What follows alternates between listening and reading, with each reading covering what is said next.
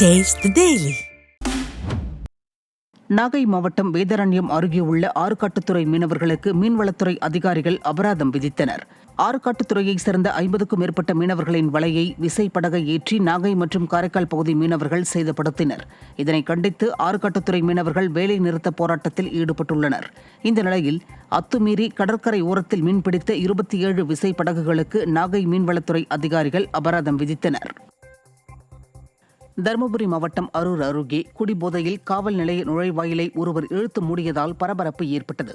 செக்கம்பட்டியைச் சேர்ந்த அழகுமணி கடந்த 1.5 வருடங்களுக்கு முன்னர் இருசக்கர வாகனங்கள் நேருக்கு நேர் மோதிய விபத்தில் காயமடைந்தார்.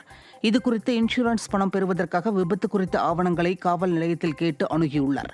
இதற்காக லஞ்சம் கொடுத்தும் விடிய அரசின் ஏவல்துறை அதிகாரிகள் இதுவரை எந்தவொரு ஆவணமும் தனக்கு கொடுக்கவில்லை என தெரிவித்து அழகுமணி காவல் நிலையம் நுழைவாயிலின் முன்புள்ள இரும்பு கேட்டை இழுத்து மூடினார்.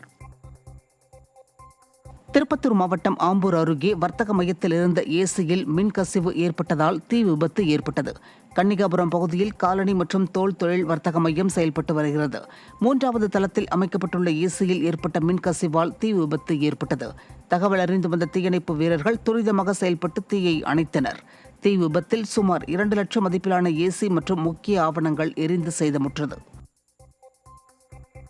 ராமநாதபுரம் மாவட்டம் கேணிக்கரையில் குற்ற வழக்குகளில் பறிமுதல் செய்யப்பட்ட இருசக்கர வாகனங்கள் வீணடிக்கப்படுவதாக குற்றச்சாட்டு எழுந்துள்ளது. கேணிக்கரை காவல் சரகத்திற்குட்பட்ட இடங்களில் பறிமுதல் செய்யப்பட்ட வாகனங்கள் கேணிக்கரை காவல் நிலையத்தின் அருகில் திறந்த வெளியில் நிறுத்தி வைக்கப்பட்டுள்ளது. நீண்ட நாட்களாக வாகனங்கள் நிறுத்தி வைக்கப்பட்டுள்ளதால் அவை பழுதடைந்து வீணாகும் நிலை ஏற்பட்டுள்ளதென பொதுமக்கள் விடியா திமுகவின் ஏவல் துறையை குற்றம் சாட்டுகின்றனர்.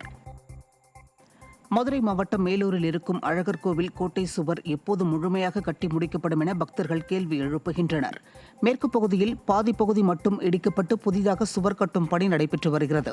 இந்த பணி எப்போது முடிக்கப்படும் என்பதற்கு தொல்லியல் துறையும் விடிய அரசின் அறநிலையத்துறையும் பதிலளிக்க வேண்டும் என பக்தர்களும் பொதுமக்களும் கேள்வி எழுப்புகின்றனர். கோட்டை சுவர் கட்டும் பணியை மத்திய மாநில அரசுகள் மேற்கொள்ள வேண்டும் என்று கடந்த வருடம் ஒளிபரப்பாகிய நியூஸ் ஜே செய்தி எதிரொலியாக கட்டும் பணி துவக்கப்பட்ட நிலையில் அந்த பணிகளும் மெத்தன கதியில் நடைபெற்று வருகிறது.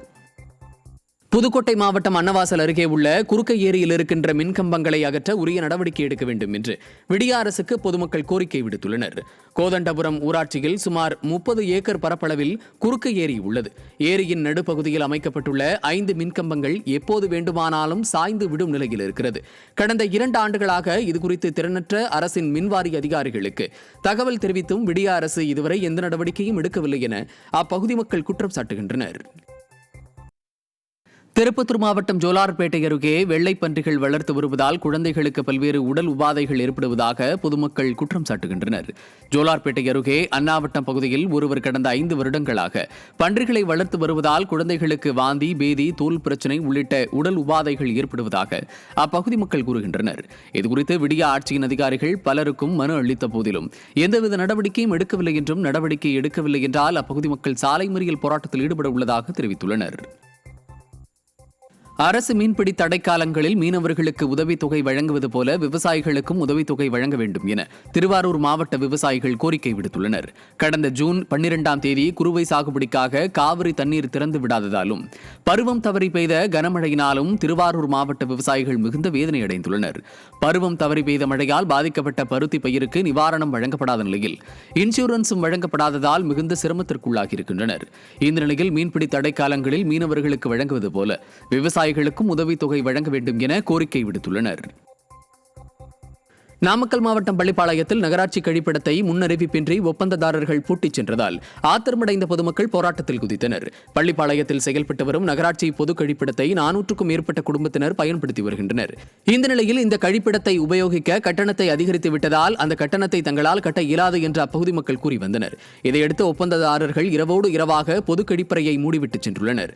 இதனால் ஆத்திரமடைந்த மக்கள் பொது கழிப்பிடத்தை முற்றுகையிட்டு போராட்டம் நடத்தினர். இச்சம்பவத்தால் சிறிது நேரம் அங்கு அசாதாரண சூழல் நிலவியது.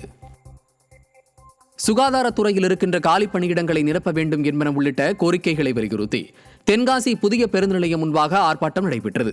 10 அம்ச கோரிக்கைகளை வலியுறுத்தி நடைபெற்ற இந்த ஆர்ப்பாட்டத்தில் சுகாதாரத்துறையில் காலி பணியிடங்களை நிரப்புதல், MTM சுகாதார ஆய்வாளர்களுக்கு மாத ஊதியம் 20,000 ரூபாய் இருந்ததை 16,000 ரூபாயாக குறைத்ததை மீண்டும் உயர்த்த வேண்டும் உள்ளிட்ட கோரிக்கைகளை வலியுறுத்தினர். தொடர்ந்து அவர்கள் விடிய அரசுக்கு எதிராக முழக்கங்களை எழுப்பினர். திருப்பூர் மாவட்டம் பல்லடம் அருகே தங்கள் வீட்டருகே வசித்து வருபவர்களை அரிவாள் பட்டாக்கத்தைகளை காட்டி மிரட்டும் காட்சி அதிர்ச்சியை ஏற்படுத்தியுள்ளது. கணபதிபாளையம் பகுதியில் வசித்து வரும் ஜெரால்டு என்பவர் தமது காரில் வீட்டுக்கு சென்றுள்ளார். பாரில் பணியாற்றி வரும் அவர் தனது வீட்டருகே வசிப்போரிடம் தகராறு ஏற்பட்ட நிலையில் அரிவாள் பட்டாக்கத்தியை காட்டி மிரட்டியதாக கூறப்படுகிறது. இது தொடர்பான வீடியோ சமூக வலைதளங்களில் வெளியாகி பரபரப்பை ஏற்படுத்தியது. இந்த நிலையில் இச்சம்பவத்தில் தொடர்புடைய ஜெரால்டு, ஆரோக்கியசாமி ஆகிய இருவரை கைது செய்து போலீசார் சிறையில் அடைத்தனர். மயிலாடுதுறை மாவட்டத்தில் விடியா திமுக பிரமுகர் அலுவலகத்திற்கு பெட்ரோல் குண்டு மிரட்டல் விடுத்த 2 பேர் சிக்கினர். மயிலாடுதுறையில் திமுக பிரமுகரான அமது ஷா வலியுல்லாவிற்கு கடந்த 1.5 மாதத்தில் 3 கொலை மிரட்டல் வந்துள்ளது. மேலும் அவரது அலுவலகத்தில் ஜூலை 17ஆம் தேதி பெட்ரோல் குண்டு வெடிக்கப் போவதாகவும், ஆம்ஸ்ட்ராங்கிற்கு நடந்ததை விட மோசமான சம்பவம் என கொலை மிரட்டல் விடுக்கப்பட்டது. இதுகுறித்த புகாரின் பேரில் கொலை மிரட்டல் விடுத்த சிவபிரகாஷ் மற்றும் சாய் பிரவீன் ஆகிய 2 கைதாகினர். மேலும் இவர்களுக்கு பணம் கொடுத்து மிரட்டல் விடுக்க கூறியது விசாரணையில் தெரியவந்துள்ளது. விடியா திமுக ஆட்சியில் திமுக பிரமுகருக்கே பாதுகாப்பில்லாத நிலை உள்ளதாக பொதுமக்கள் குற்றம் சாட்டியுள்ளனர்.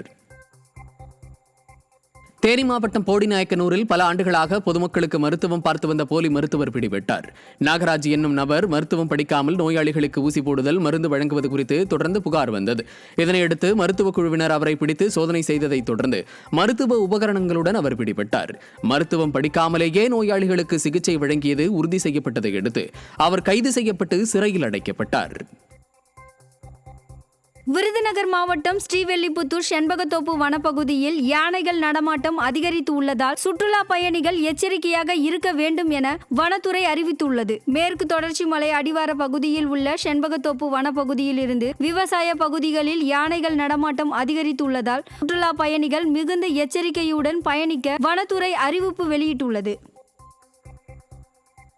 மயிலாடுதுறை மாவட்டம் சீர்காழியில் மதுபோதையில் இரவில் கடைகளை சேதப்படுத்தி இளைஞரை கைது செய்ய கோரி பொதுமக்கள் சாலை மறியலில் ஈடுபட்டனர். நிம்மேலி கிராமத்தில் உள்ள கடைவீதியில் வைக்கப்பட்டிருந்த ஸ்டால்களை இரவில் மதுபோதையில் இளைஞர்கள் சேதப்படுத்தியதாகவும், வீடுகள் மீது கற்களை வீசி அராஜகத்தில் ஈடுபடுவதாகவும் கூறி அப்பகுதி மக்கள் சாலை மறியலில் ஈடுபட்டனர்.